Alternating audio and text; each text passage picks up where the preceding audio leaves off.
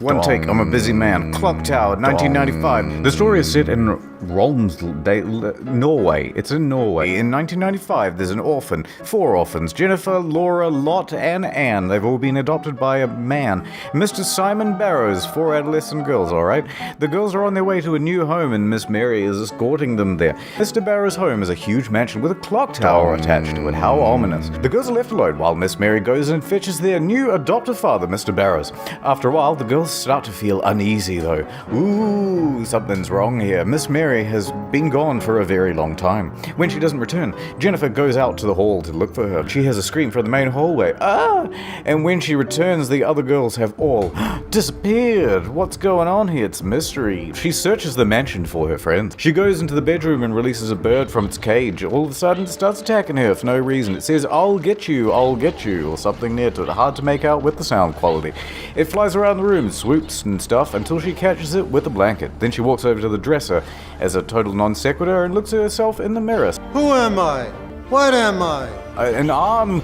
Oh, it's coming out of the mirror. That's pretty spooky. And she picks up a photo frame off the dress. Another non sequitur. It looks like 2 baby boys, but their faces have been scratched out. Double mystery. She finds a bottle of perfume. Glug, glug, glug, glug, glug. It smells like Miss Mary. She takes it. She goes to the bathroom. The water has been left running. What a waste. And the room is full of steam. She pulls back the curtain, and Laura is in there.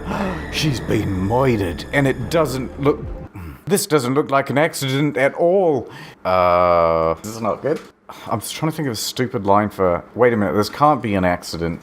There's no soap or something like that, you know what I mean? Suddenly, a boy can no longer hold his breath, and he jumps out of the water with a giant pair of scissors. Run, Jennifer! She starts running and hides under a bed. The boy is dumb, so it works. He doesn't see her, and he leaves. Non sequitur time. She spies a bird's nest in a hallway. The nest is full of delicious eggs and junk, but also there's a key to the west wing, not that west wing. Then she goes to an open storage room and finds a black robe packed away in a crate. She takes it for no reason. Also, this can of insecticide. I hope that comes in handy later. Great. Back down the hallway, she opens a locked door to the west wing key. She hears a scream from outside. She looks out the window. It's Anne. She's fallen out of the window. That's the worst. Oh my god. Another non sequitur time. She enters a room and it feels as though she's being watched. She finds a ceremony key down by the clown. Hanging from the ceiling is a French doll. The French doll starts to make music. It drops from the ceiling and starts floating through the air. Kinda spooky. It flies towards Jennifer and knocks her to the ground. She loses 3 teeth. In the next room, the fireplace has been lit. Jennifer finds a lantern on the desk, and there's just stuff happening. She picks up stuff. That's the room where Anne died. Moided. Down the stairs, she enters a room. It's covered in blood. Something good happened here. There are dead crows hanging on the wall. Another good sign. Respect the drip, Karen. Jennifer can hear a live crow in a cage. She finds the key to the cage and sets it free. Thank you. One of the hallways has a huge crack in the floor. To get across it, Jennifer must lay a plank of wood. That's my sound effect. Next to the statue, she finds a demon idol. She enters another mostly empty room. One of the crates starts to rattle, and out jumps the boy with the scissors. He runs after her. Jennifer runs over the plank of wood downstairs. That came in handy. Down with the crows. And look at that. The crows are on her side now and chases the scissor man away. She goes over to a crate and moves it out of the way because she sees that the wall there looks kind of weird. Grabbing a stick, she bashes at it and smashes the wall down. Please don't tell anyone how I live. There's a room hidden behind it that hasn't been used in a long time. Of course it hasn't been used. There's no f***ing door. It's dark and the air is stagnant. And there are tally marks. How do you say tally? Tally. Tally. Tally. Tally is A.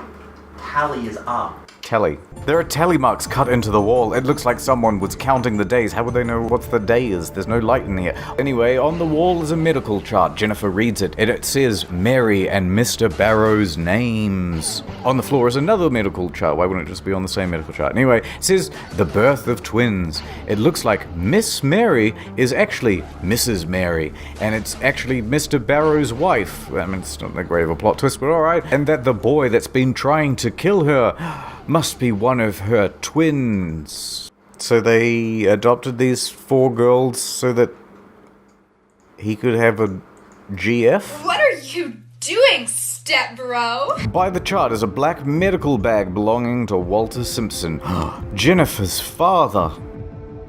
Oh? Jennifer looks up from the darkness to see the corpse of her father in the corner of the room. Oh, I thought it was Mr. Barrett's. It's Jennifer's father. No! At least they got a reunion. He's holding a memo. It was written on October 1986, 9 years ago. It says that he was called to a house to deliver twins. He calls the twins demons. After being born, they ate his right hand. Alright? They were both ill and deformed and shouldn't have lived. He says that he has trouble breathing, and he tells the reader where the twins can be found. His last words are, Jennifer. Jennifer. Why not something more useful? Anyway, Jennifer goes back downstairs to some ceremony room. On the altar is a celadon vase. Does anyone know what that is? No, you don't. A crow corpse with a severed neck and some strange symbols on it say, time will cause adherence. It's very ominous. There is an iron disc with a cross carved into it. She takes the demon idol and puts it on the altar. She hears a noise, and a hole has opened up in the floor. There's a ladder which Jennifer goes down. It goes down into the hole. Walking away from her is a woman in a black robe. There's a guard dog asleep on the floor. It growls at Jennifer. She puts on the black robe, and with the she's imitating that woman. Struts on by. The dog doesn't understand what's going on. It's dumb. On the ground, surrounded by candles, is Lot. She's still alive. Yay! She says, "The switches in the Clocktower." Yeah, then dies of what? I don't know. Lupus. Moving through the catacombs, Jennifer finds a can of kerosene. Glug, glug, glug, glug. She comes up to a red curtain area. She peeks through the curtain, and an enormous fat blob creature is behind it. It crawls after. Is this the other twin? Through the pool of water and up the embankment where she came from. She throws the can of kerosene, and it explodes on the fat baby. The earth starts to shake, and Jennifer finds the elevator and gets out of there. She goes up to the third floor of the clock tower. It's a strange green room, and inside it is the boy with the scissors. He runs after Jennifer, up the ladder to a balcony where she flips two switches, and just like Lot told her to, the boy drops his scissors and covers his ears. It's some sort of terrible song. He falls over the edge of the railing, and probably dies, unless there's a sequel. Is there a sequel? Yes. He doesn't die.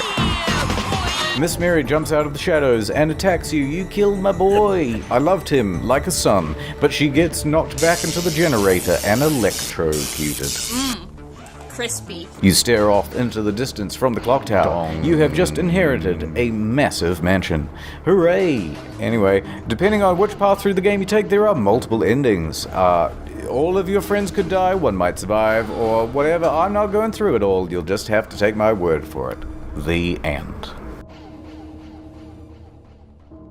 Dong.